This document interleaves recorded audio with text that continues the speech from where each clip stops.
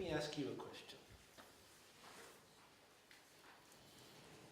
Why is Buddhism so counterintuitive? So counterintuitive.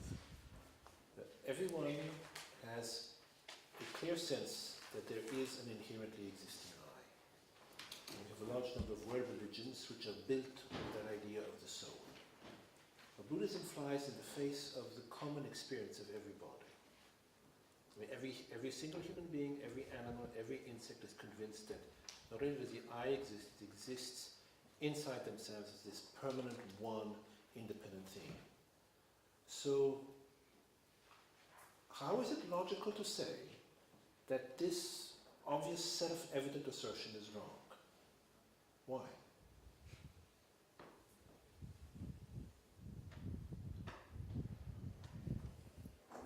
Do you mean why we find it hard to accept that view? No, I'm asking you why you're a Buddhist.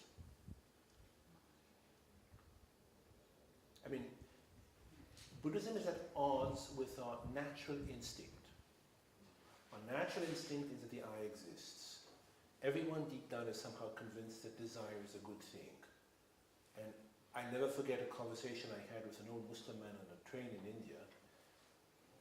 It was a night train I had to take to Madras, you know. And when he learned I was American, he started waving a knife around. I had to sleep on the train, so it was very awkward, you know. Luckily he was a Hindu friend with him, so I calmed him down and he blew up again. It was like a couple hours of calming him down and having him blow up, you know. He would periodically erupt saying, "I hate Bush." I told him I never voted for the man in the first place. But I was guilty by association. Yeah. And eventually we had a marvelous conversation. And there was one thing he just couldn't get. He told anger is a good thing. Anger makes me strong. I never forget what he said. He said, I and only I can beat my wife. My son cannot beat my wife. So then we had a long conversation, at the end of which what came out was that he suffered from depression. And this is the result of anger, right? Anger makes you very high at first, and then you become depressed. You know? But going back to our question, why are you Buddhists? If Buddhism is counterintuitive, how come you can be Buddhists, right? It's a natural thing to believe there's a soul and a God, right? The Christians do, the Jews do, the Muslims do, the Hindus do, you know? That doesn't mean it's correct. That doesn't mean it's correct, but why? Because we It doesn't naturally, work. because under ultimate analysis it doesn't measure up. Right, why not? Because they don't believe in suffering. They think that suffering is just transitory and that you're going to be happy, and that happy is what life is all about. Well, we do too, don't we? Otherwise you wouldn't be striving for liberation, would you? Yeah, but you wouldn't strive to be happy and unchanging happiness. They see transitory happiness as being permanent. Yeah, but you explained to me within Buddhism why the other religious traditions are wrong. What I'm asking you is not that. I'm asking you, how come anyone is a Buddhist if Buddhism is so counterintuitive? Well, that's like saying, why would anybody be a physicist when everything in physics is counterintuitive? Yes, and I mean, if that's the way things are. but what's the answer for physics? It's obvious, right? Reason. Mathematics. No, it's mathematics. It's mathematics.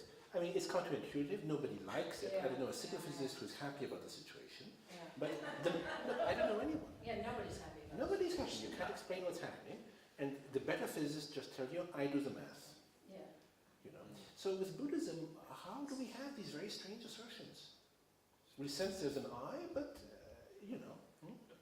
I'm sorry, but either way, I mean, one is recognizing, or both. If you accept that there's a soul, you're making a projection. There's a necessary projection, a mental projection that's taking place, and so if one realizes that there's a mental projection, whether it's a mental projection onto the aggregates, or it's a mental within the aggregates, or externally to the aggregates, you know that you're engaging in a mental projection in order to There's arrive something at much this. more fundamental at work. It is much more fun. Much more fundamental. Yeah. Let me just add another thing, and then I'll ask you your input. all the world religions, certainly all the Semitic religions, assert the outside world is real. Solid, real, massive. That's right. All the Buddhist traditions assert it is unreal to a greater or lesser degree. Yeah. All the world religions assert there's a God, we don't. All the world religions assert there's a soul, we don't. So there's something in the Buddhist methodology. That's the crux here. And that's why I don't think Buddhism is really a religion myself. What is it? I think it's more just the logic. Yes, the logic yes, of it yes. all. I mean, I was brought up to believe that, you went to school, you studied, you got a job, you got married, and you lived happily ever after. Now, for me, as a result of a divorce and other things that happened in my life, it made no sense. What I was being told is what was real. And so to me, there had to be something more, a deeper understanding of what happiness and that was about. But how come this led you to refuting the existence of a self which seems intuitively obvious? I don't know whether it was even a refuting of that. It was more a realisation that what I was being taught was not true. It didn't come out true. Things weren't happily ever after. Things weren't permanent, I guess, is another item that sort of comes up. So that's, you're very much on track of what I'm talking about. It's what philosophers call a hermeneutics of suspicion. Yeah. You don't believe what seems obviously true. A hermeneutics of suspicion is rooted in suspicion of received ideas. So you suspected the received values of society. That if you studied, you got a job, you got money, you married, you had children, you would be happy.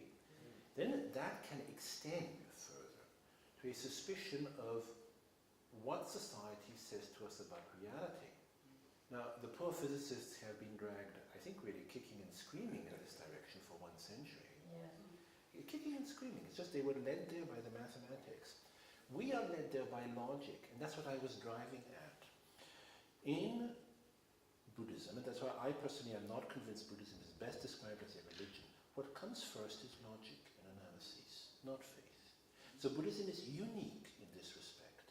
No other great teacher has said to his students, check what I say through logic. And that is how we end up with these profoundly counterintuitive positions.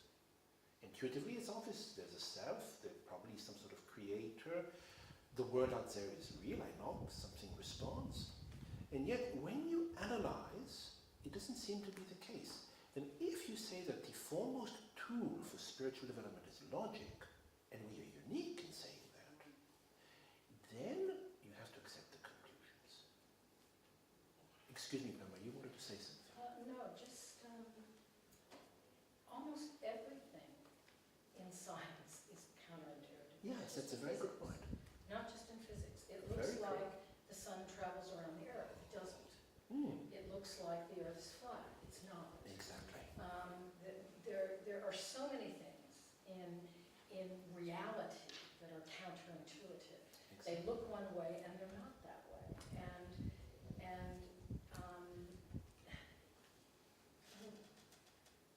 You asked the question, why are you a Buddhist? And in my own case, I'm a Buddhist because I want to be free. I want to be free, and then I want to help others to be free. And that was only possible by analyzing the nature of the afflictions, like what makes me respond the way I respond, and that sort of stuff. And where does, what sort of trouble does that get me into? And so, I mean, if all of your evolution has trained you, every single animal, every single cell in your body is evolved to grasp it itself, then it's a pretty big job. Trying to turn it back. My next question for you is, where does self-grasping come from? How come it's there? Yeah. The Buddhist answer is just there, but how come it's there? Right? Is it innate? It's innate, yes, but what does that mean and why? So it's survival in the wild and it goes way back. Okay, how far back does it go? Well, the first form of life. See, these are the questions we have to Yeah, ask, right? I mean, it's not enough to basically master a system and function inside it. You have to ask the question of truth at a certain point. ask the question of truth, you will not commit and you will not practice. But the question of truth becomes, okay, all of modern science is telling us one thing, which is basically survival of the individual and of species necessary, and therefore, as a result, actually desire and That's anger. actually changing. The view of that aspect of evolutionary theories is actively undergoing change right now. It's good to hear. Yeah. But then independence on that, and this is in popular culture now, basically desire and anger, when all is said and done, are good things. They're necessary. I mean, if you take the more active proponents of capitalism like Ayn Rand, desire and anger are good things. It's the fight for survival in an economic system. So how can you counter that? Well, for me personally, going back to the first question, this is very complicated stuff, but it works. The bottom line is, for me, it works. That's what Natalie says. I have There's a lot of things which work in life which are false, right? no, but through analysis. Tons of stuff. No, through not just accepting, through analysis and seeing. And for me, I had worked out a lot of things, and I felt I was going counter to society in a lot of ways. From a very young age. And then when I started reading Buddhist texts, I was going, oh my gosh, someone else thinks like this.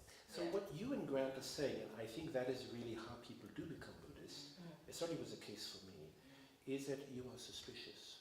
I have never believed what I was told. I've always had to check.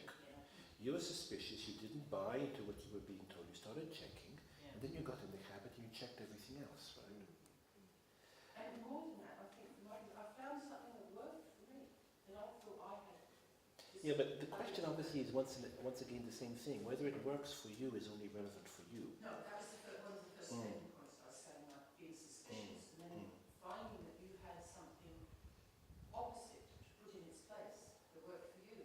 But then the next step was finding that actually this wasn't just you, lots of people. That there was a philosophy. But Jim, Natalie? I was going to say with the self-grasping and the origin of that, it could put, I'm just sort of thinking about, I've never really thought about why it is that we have that, but it's possibly the response of our sensory experiences, our senses, just taking that at face value. I have a body, therefore that is me.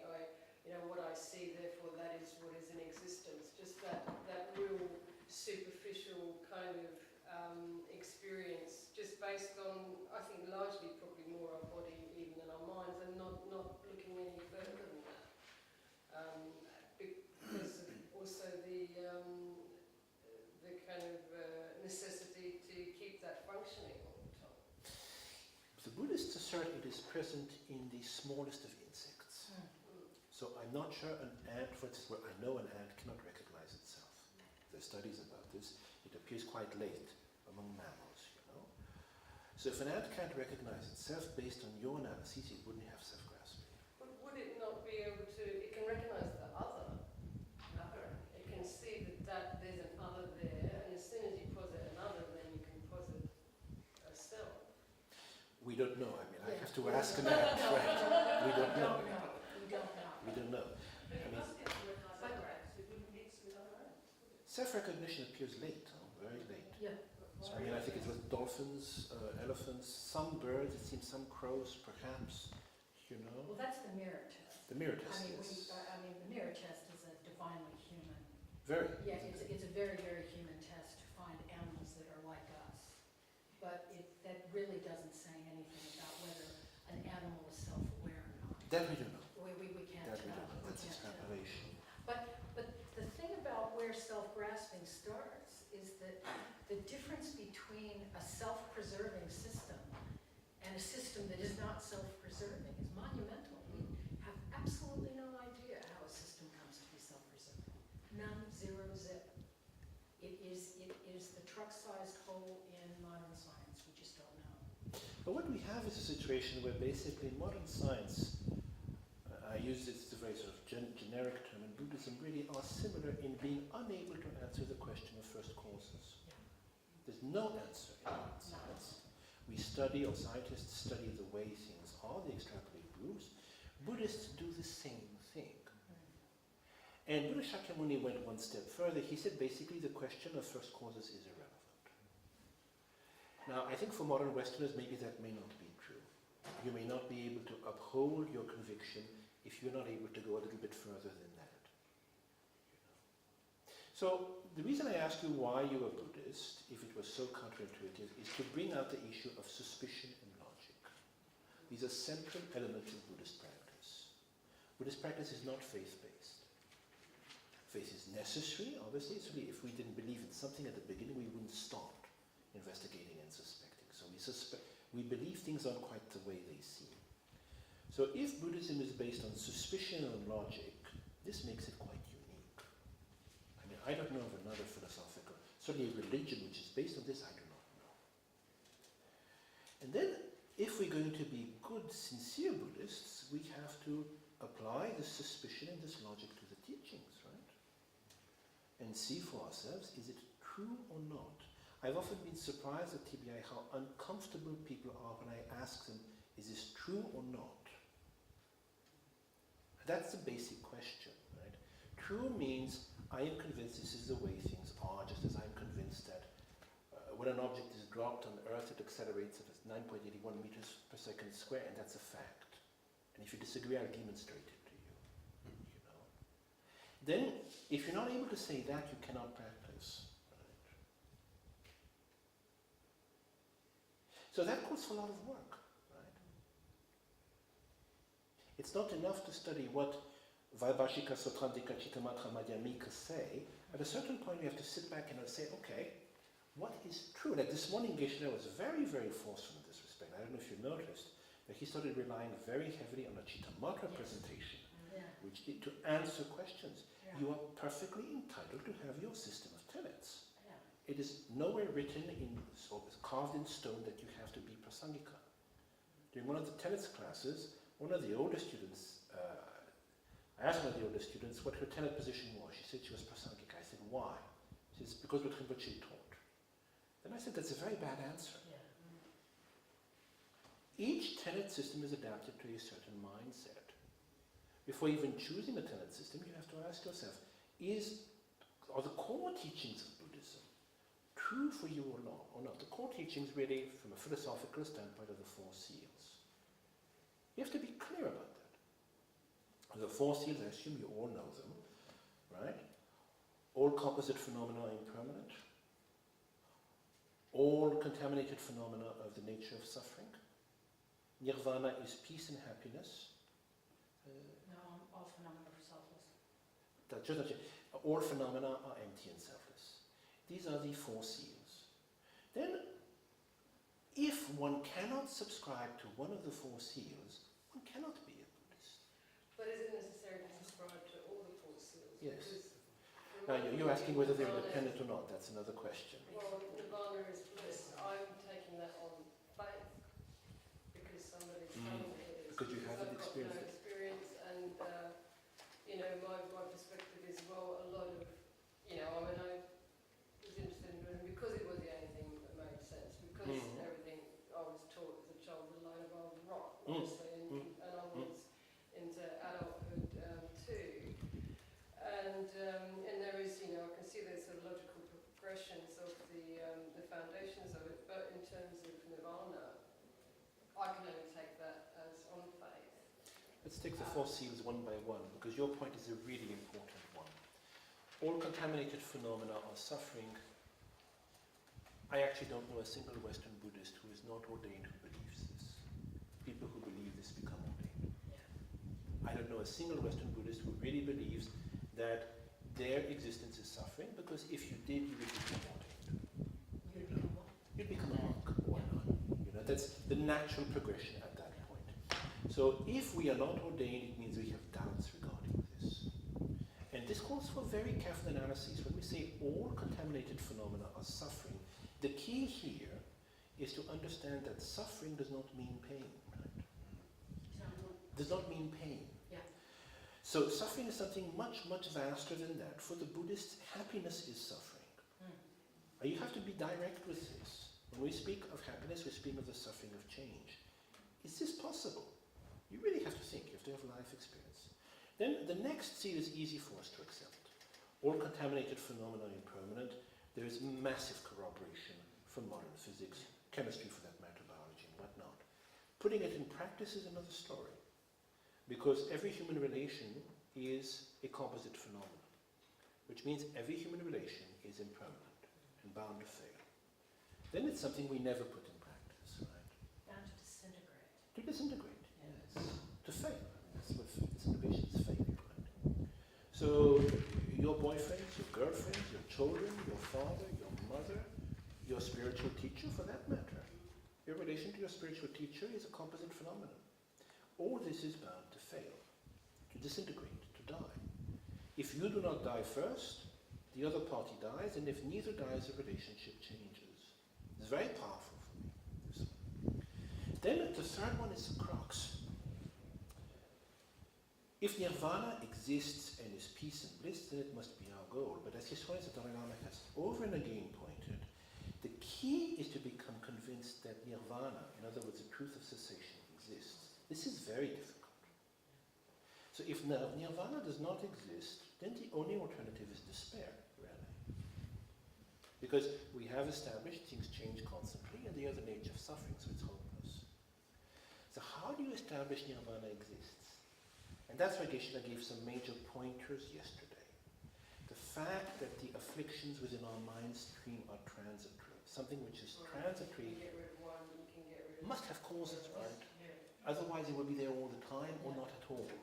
So if it has causes and you can eliminate the causes, you eliminate the arising of the afflictions. And if you can do one, then theoretically you should be able to... If you can do it for one, you can do it for all. It may take forever, but you theoretically can do it.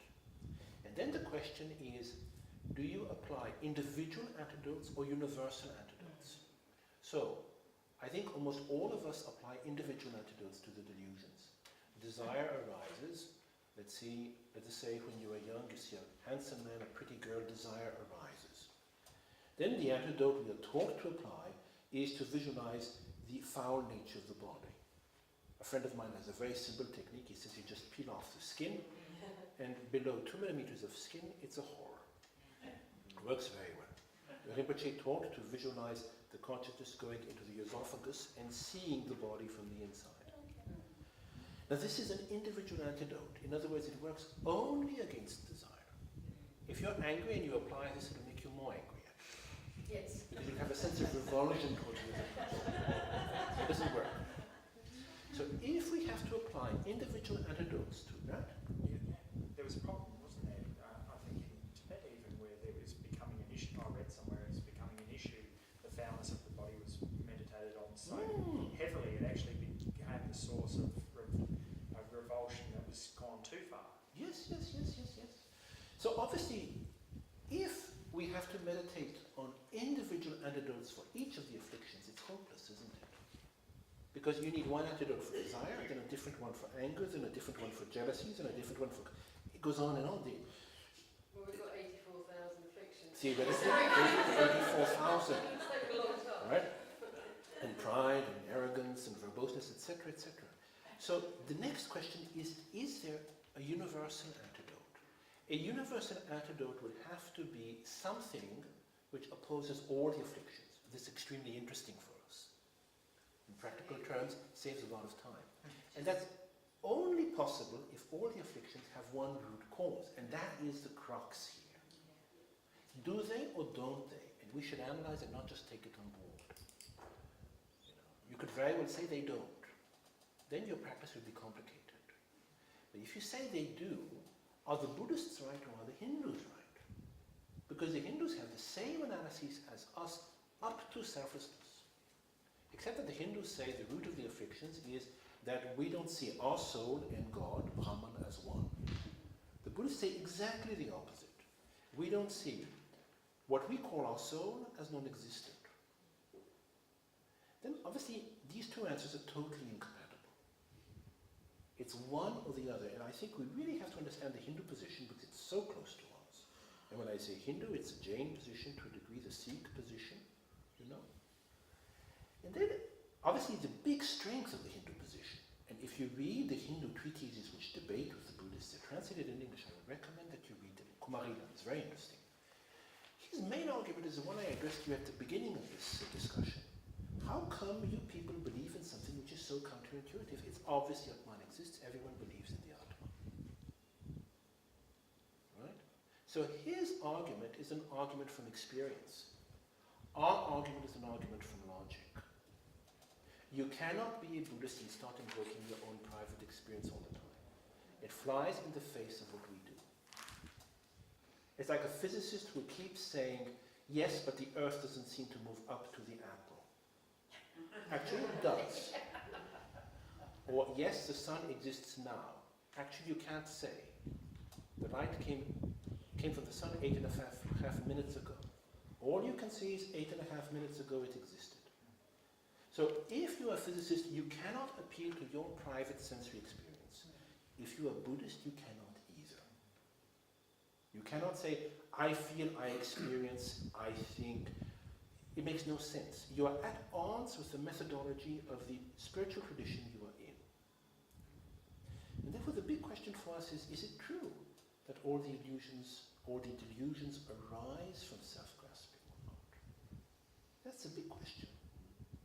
If it is, then Jill's question arises, right? Is it possible to abandon the delusions and self-grasping? That's the most difficult point. According to His Holiness the Dalai Lama, this is the crux.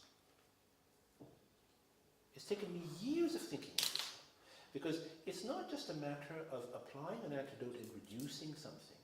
Abandoning means it never, ever arises again, however much the inducements. It's a very, very major statement. It's not easy to come to the conviction that the afflictions can be abandoned. Now I hope you have some questions.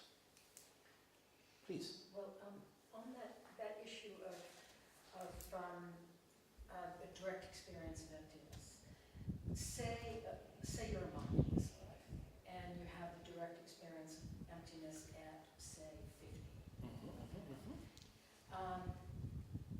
You die at 55, you die at 52. What happens to the consciousness? I mean, do you never accumulate any impelling karma ever after that? I mean, what about that? What happens in the next life? I mean, are you so immunized against self-grasping that carries over into the next life? That's for sure. I think if you are a first grounder, basically, let's assume you're a bodhisattva from the first ground to make the presentation simple. Then, by definition, basically you'll get a higher rebirth. Not only will you get a higher rebirth, but in your next life as a child, you will feel that the outer world is unreal. Yes. As a child. Yeah. Just, you will be looking at things with detachment, a sense of unreality. We are taught that the afflictions will not arise. Certainly, with that type of meditative experience, you would become a Buddhist early on. You'd probably be born in a Buddhist family. You'd probably become ordained. And the first time you try to meditate on emptiness, you would get direct experience again. So it's the case of people who have karma abiding from past lives. I mean, I've known cases. I knew one case where a Tibetan doctor examined this chap, and the doctor said, you have karma abiding, just because of the pulses, Then people who have this in their karmic background find concentration extremely easy. It happens very quickly. I saw cases in the monasteries, I've known cases. It just takes 1-2 contacts and it's back there again. So that effort is not wasted. Not wasted. But you see, what is critical here is once you've determined there is such a thing as nirvana, it takes a lot of work to do this. Once you have convinced yourself that the ignorance grasping at the self is really the root of everything, the root of all the afflictions, the key is what is this mistaken self which is apprehended at? And this can only be determined through very painstaking logic. It's on par with the work of a physicist who's trying to crack a problem, whatever, in astrophysics or quantum mechanics. It's that level of work. It's got nothing to do with how you feel about things. Because it's true or it's not true. There's really no middle ground. If you don't identify correctly the object of negation, you will not be able to eliminate self-grasping, and all the work you have put in that will pretty much be wasted. Right? And it is not possible for the Vaibhashikas, the Sautrantikas, the Chittamatras, and the Madhyamikas to all be right. It's not possible. It's not possible for those who assert Shentong and Rangtong to both be right. It's not possible. So some people are right, some people are wrong. You know? And that is something we have to decide. It's my big critique of a misunderstanding of the Rimé tradition, the non-sectarian tradition, which seems to arise among people who don't want to have to decide. What tradition? The Rimé, the non-sectarian. It's a misunderstanding of this, where there's this sort of nebulousness, you know. Well, nebulousness is fine in the method aspect of the path, but not in the wisdom aspect of the path. You cannot apply the antidotes in this way. Please. Just got a question about the difference between the direct realization of emptiness and the analytical process that you just described. They're two different approaches to the same outcome, is that right? Or are they, No. you need them both? Or No, what's the- you need, the analytical approach comes first, and there's no way to avoid it. So we have to try to understand what conceptuality is. When I look at this cup, I see the green color of this cup directly with my eye consciousness. There's no mediation, right? Now if I close my eyes and I remember the cup I have seen, something appears to my mind. We call this something a meaning generality. A very nice term, really. It's a generality. If you check what appears, look at something, let's say the cup, you will see that what appears is an image which is stripped of all of the individual characteristics of the cup. It's just this general feature of a cylinder, a handle, and greenness. This is a meaning generality. The minds which use meaning generalities are conceptions. These minds are said to be mistaken because they identify the meaning generality which they see with the object, which is obviously false. The meaning generality is like this object stripped of all its characteristics. Now, all of human civilization is a product of conceptuality and nothing else. And the difference between us and animals is a development of conceptuality.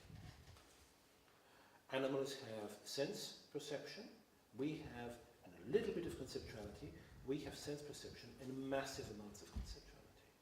So physics, mathematics, biology, chemistry, philosophy, politics is the work of conceptuality. This is the most powerful tool at our disposal, even though it's mistaken. Now to gain access to emptiness, we must use conceptuality.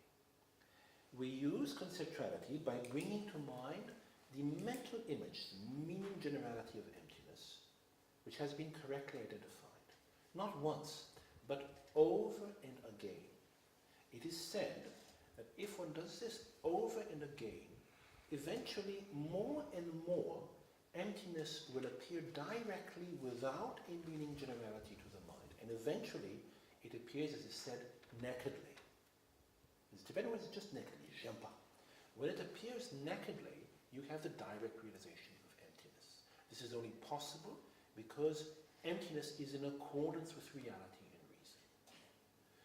Now, it is impossible to gain a realization of emptiness in another way than this one. So, if you reject conceptuality, you are rejecting the crutch which enables you to move forwards. I guess that I was asking, yeah, so you use conceptuality in the process of meditation on the nature of mind is one approach, but also it seems like there's another approach, and that is that intellectual sort of discipline or logic going into what is the nature of the self, this grasping self. Yes, This seems as slightly different approaches to the same thing, is that correct? it's exactly the same thing. Right. What we were doing this morning during the teachings was meditation. This is analytical meditation. You do not have to sit cross-legged in a particular posture to do analytical meditation. Scientists do analytical meditation all day, but on science and worldly affairs. You can sit in a chair, it's much more comfortable. Then, Fixative meditation is meditation which is focused on one object. When you meditate on emptiness, there are two steps. First, you must identify the object of refutation, emptiness. The object of refutation, inherent existence, and then generate a sense of the emptiness of that. And then you must focus on it. Now, the explanation Geshe-la gave this morning of how to meditate on emptiness is really the explanation I have received from all my teachers over the last 30 years. This is how all my teachers have taught one should proceed. Geshe-la had direct perception of emptiness and calm abiding. This is what he taught.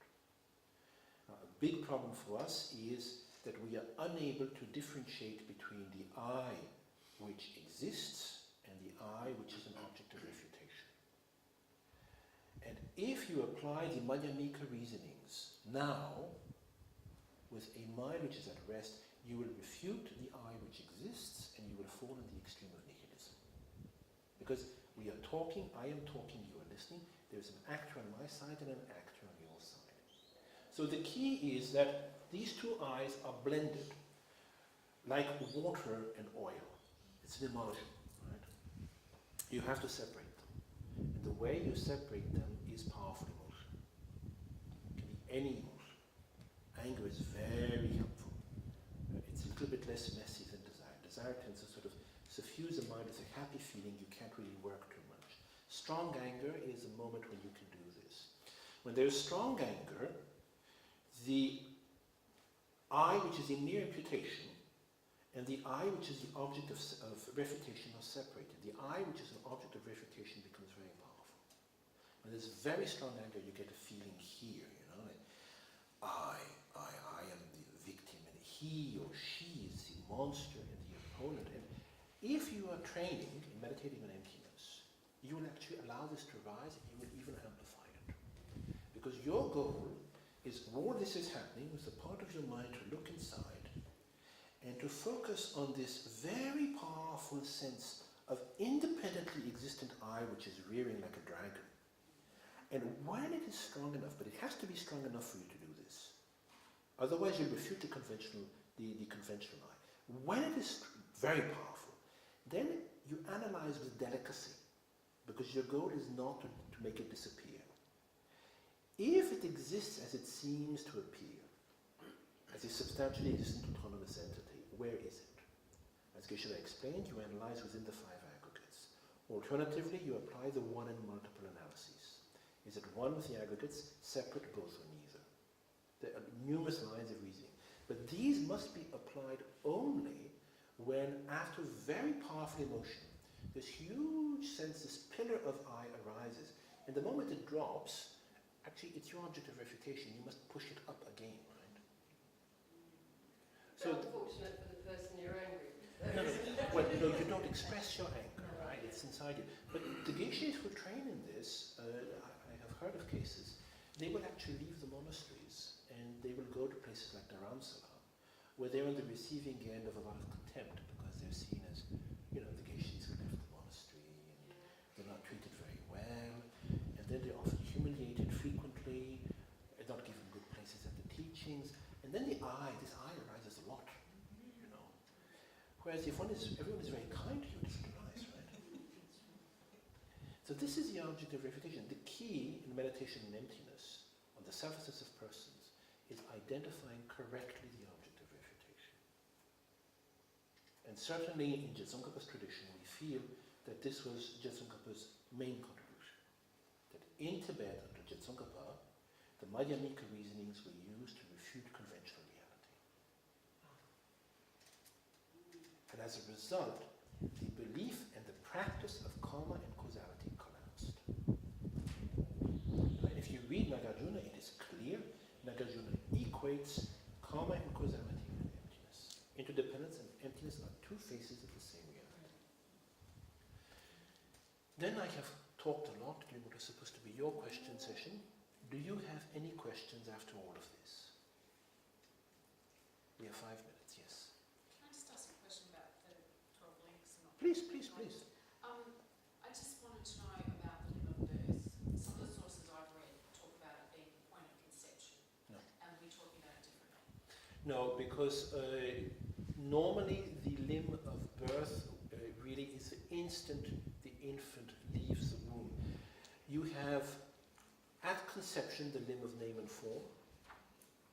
Then you have the limb, after that, let's say 2 months later, the limb of the 6 sources. Then contact and then sensation, which all occur within the womb, in my own understanding of this. Then the limb of birth occurs really at the very instant the child is born out of the mother's womb, and from that point onwards, it's a limb of aging and death. Does that answer your question? Yeah, it just seemed to be two completely different views, and it puts the order of the limbs quite differently. One of the older students was asking that question yesterday, and there are a large number of varying presentations of the 12 limbs. Now, this is very much the one in keeping with the Jasunka Paslamrim Chebo. It's a very rational presentation, it makes a lot of sense. You know, so it's the one I personally use. Please.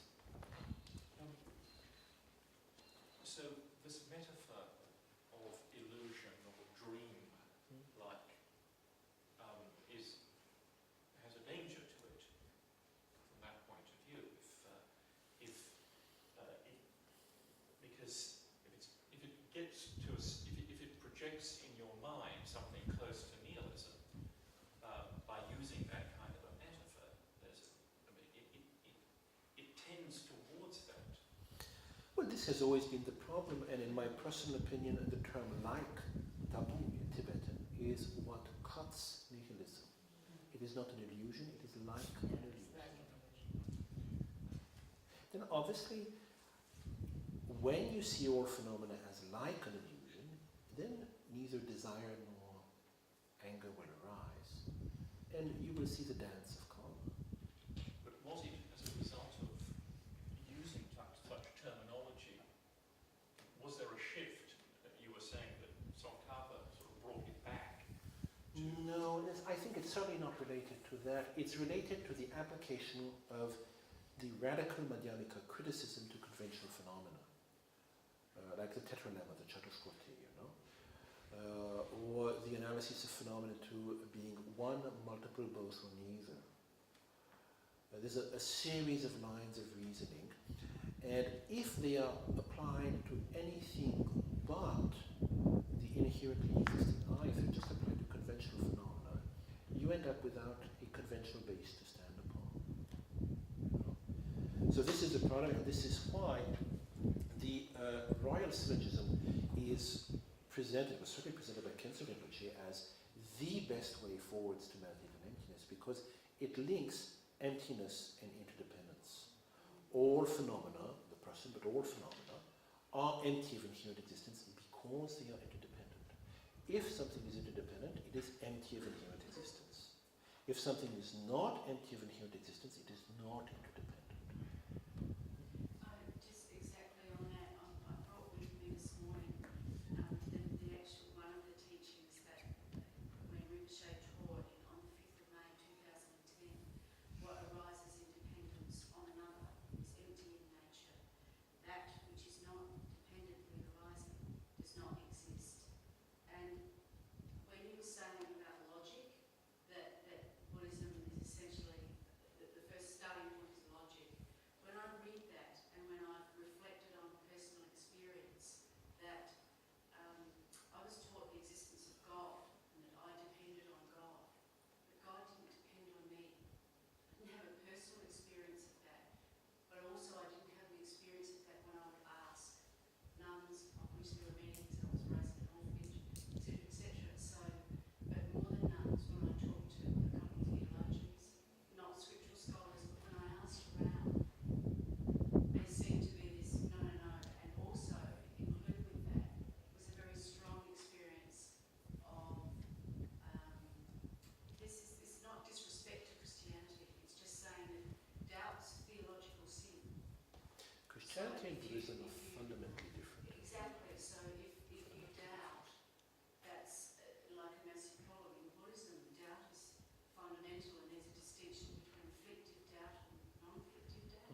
So it's like, so the way I arrived at my sense of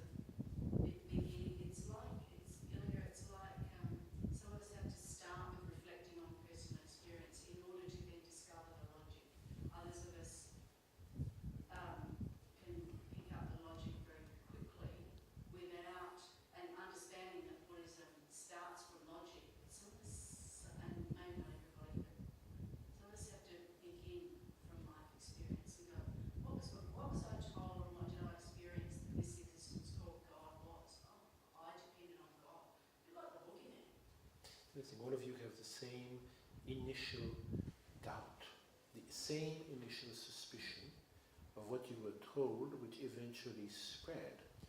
And this suspicion, this doubt, from a Buddhist standpoint, is what we build upon. It's very constructive. Then I will take only one very short question. We're over time already. It's sort of a question and a request, and I hope it doesn't sound strange. I'd be interested to see what other people think.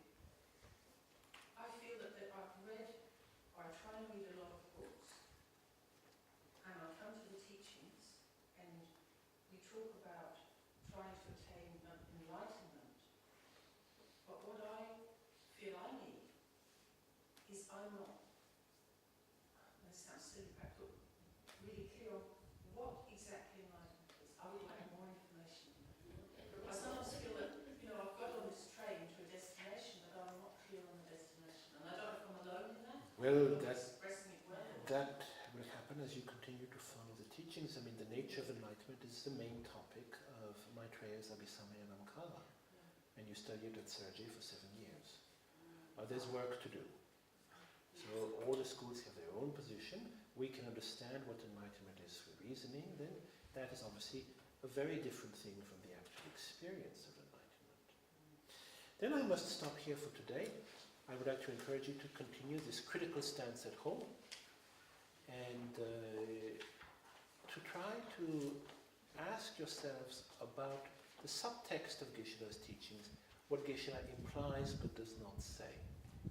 When a teacher like Geshe-la, for instance, introduces Chittamatra as a tenet system to answer to a question, something very powerful is being said. That you do not have a blind commitment to a tenet system. You must study the tenet systems and then find for yourself which corresponds to your understanding of reality. Certainly for the practice of Tantra, either Chittamatra or Madhyamika is sufficient. Then each school asserts that the other is insufficient to lead to liberation. So you get to decide. Thank you very much.